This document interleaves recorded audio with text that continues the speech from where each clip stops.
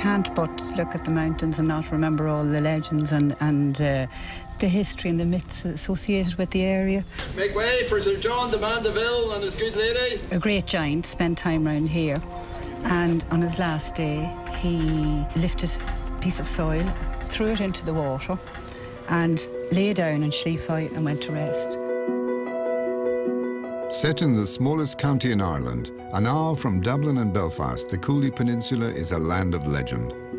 Watched over by the lighthouse of Holbowline in the Irish Sea, the bay of the Cooley Peninsula marks the geographical hyphen between the two islands. Around the medieval castle of King John, the little villagers live on the marriage of land and water, as here in Carlingford, where for hundreds of years they gathered oysters, now they cultivate them.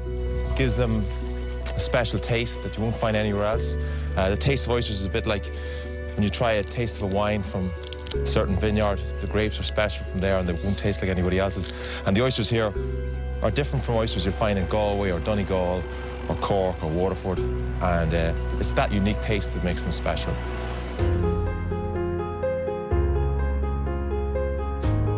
The people of the Cooley Peninsula are passionate about passing on their knowledge and traditions, being careful to mix young and old, men and women, notably in these markets where they present local specialities to be sampled or bought.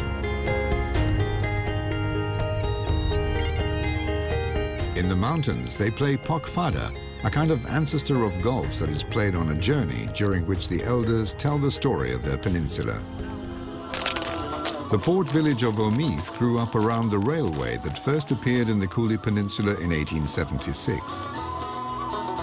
Since then, Omeath has always been the departure point for all sorts of expeditions across the mountains, towards the south or the north of Ireland.